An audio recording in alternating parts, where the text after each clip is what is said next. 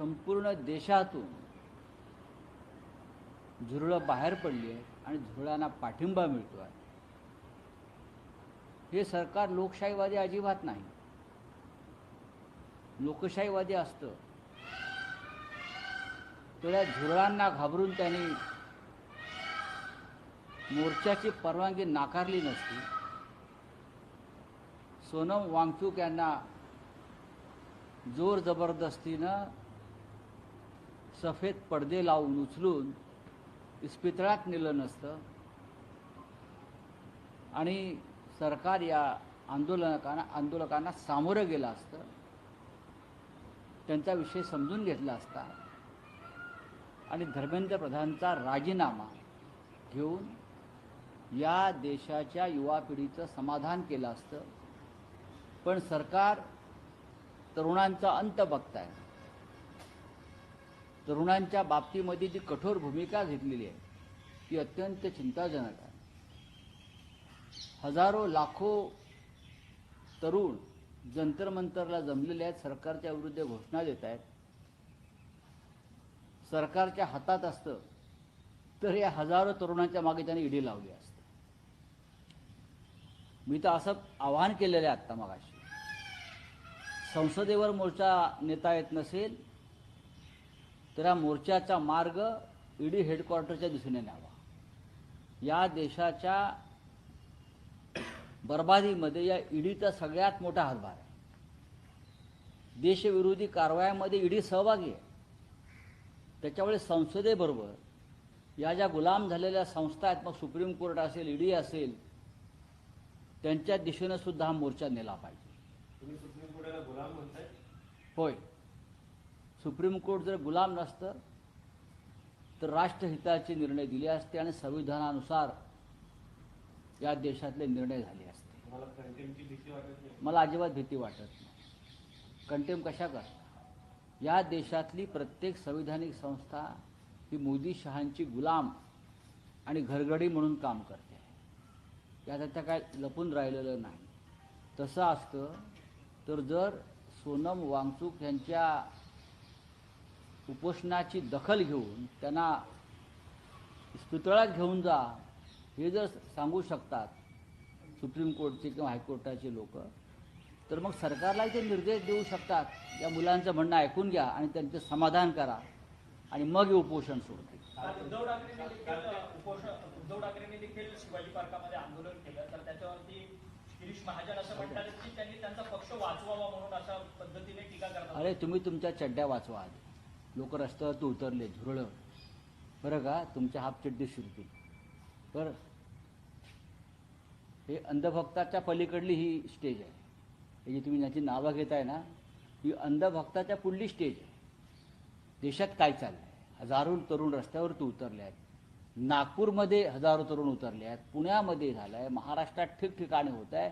काल शिवाजी पार्कला हजारो तरुण रस्त्यावरती उतरले. तुम्ही काय त्यांची चेष्टा करताय? इथे राजकारण कसलं आणताय? तुम्ही वाचवा स्वतःला.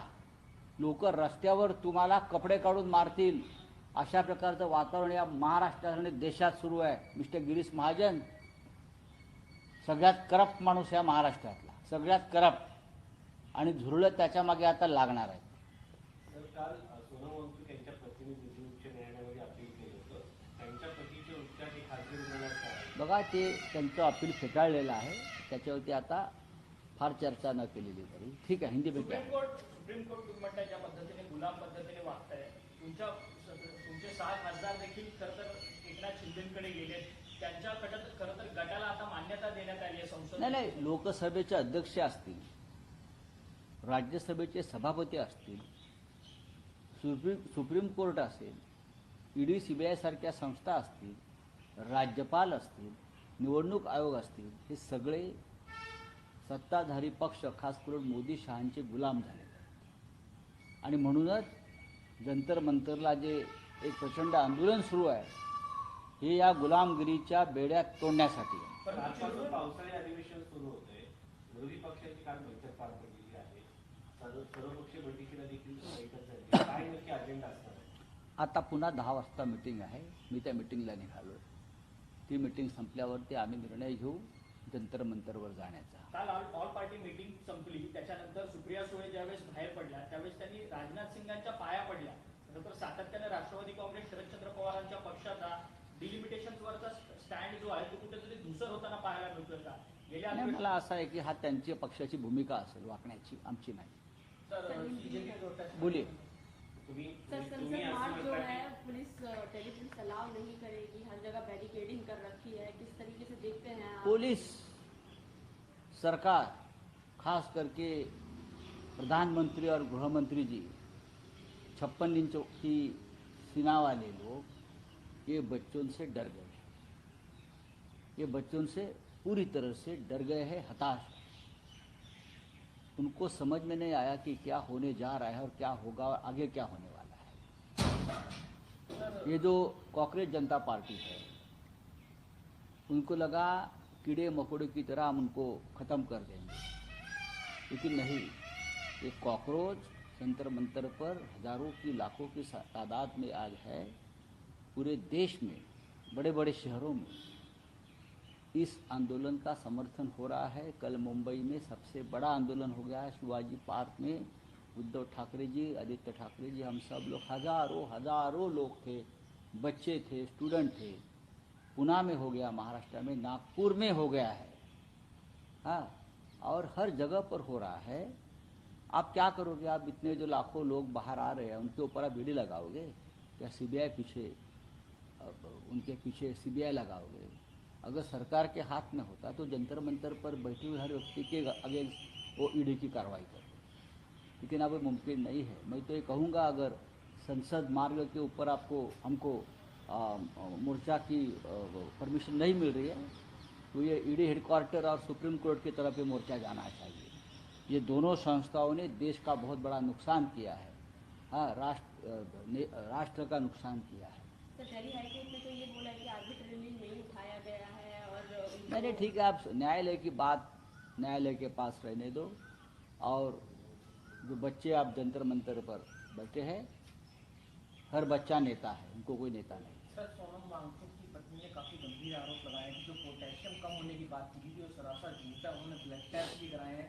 हाईकोर्ट देखिए, मैंने ये कहा है कि सभी कोर्ट इस देश की प्रधानमंत्री और गृह मंत्री की गुलाम बन गए, गुलाम बन गए.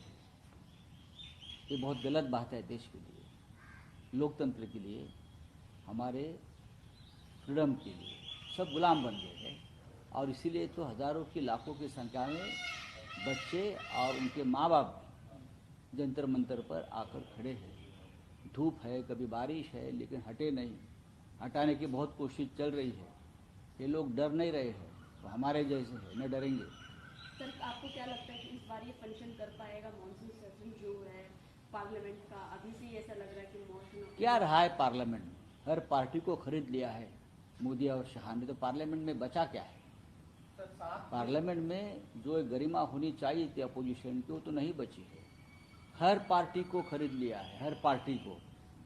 50-50 करोड़ में तृणमूल के कांग्रेस खरीद लिए, शिवसेना के सांसद खरीद लिए, आपके सांसद खरीद लिए, और भी तोड़ फोड़ जोड़ चल रही है, रेट बढ़ा रहे हैं.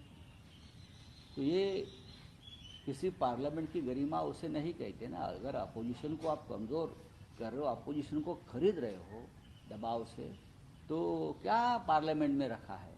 अब वो पार्लियामेंट नहीं है, वो बीजेपी का अड्डा बन गया है. सर, 7 बिल आ रहे हैं, वंदे मातरम को लेकर भी बिल लाया जाए कि उसकी अवमानना होगी तो बड़ी कार्रवाई की जाएगी. देखिए, भारतीय जनता पार्टी की तरफ से अगर ये बिल आ रहा है तो उनको पता चलना चाहिए कि ये लोग आत्मचिंतन करना चाहिए कि हम तो कभी हिंदुस्तान के फ्रीडम स्ट्रगल में नहीं थे, जो स्वतंत्रता संग्राम में नहीं थे. जब देश स्वतंत्र हुआ तो आरएसएस ने तिरंगा नहीं फहराया था. ऐसे बहुत सी बातें मैं बोल सकता हूँ. तो वंदे मातरम की चिंता आप मत करिए. वंदे मातरम, मैं तो मोदी जी और अमित शाह जी को चैलेंज दूंगा, टेलीप्रॉम्प्टर के बिना वंदे मातरम की 4 पंक्तियाँ मुझे गाकर दिखाइए, टेलीप्रॉम्प्टर के बिना. म्हणजे अधिवेशनात राम मंदिराचा देखील मुद्दा उपस्थित केला. बहुत गंभीर मुद्दा है, लेकिन हम सड़क पर उतरे हैं. पार्लियामेंट में कुछ नहीं होगा. हम महाराष्ट्र में आपने देखा होगा, नागपुर में कितना बड़ा हमारा सम्मेलन हो गया राम मंदिर लूट के खिलाफ. हाँ, मुंबई में हो गया. अब हम और भी शहरों में पुणे में कर रहे हैं, जळगाव हजारों की संख्या में लोग राम मंदिर के दान चोरी के खिलाफ सड़क पर उतर रहे हैं। ये होता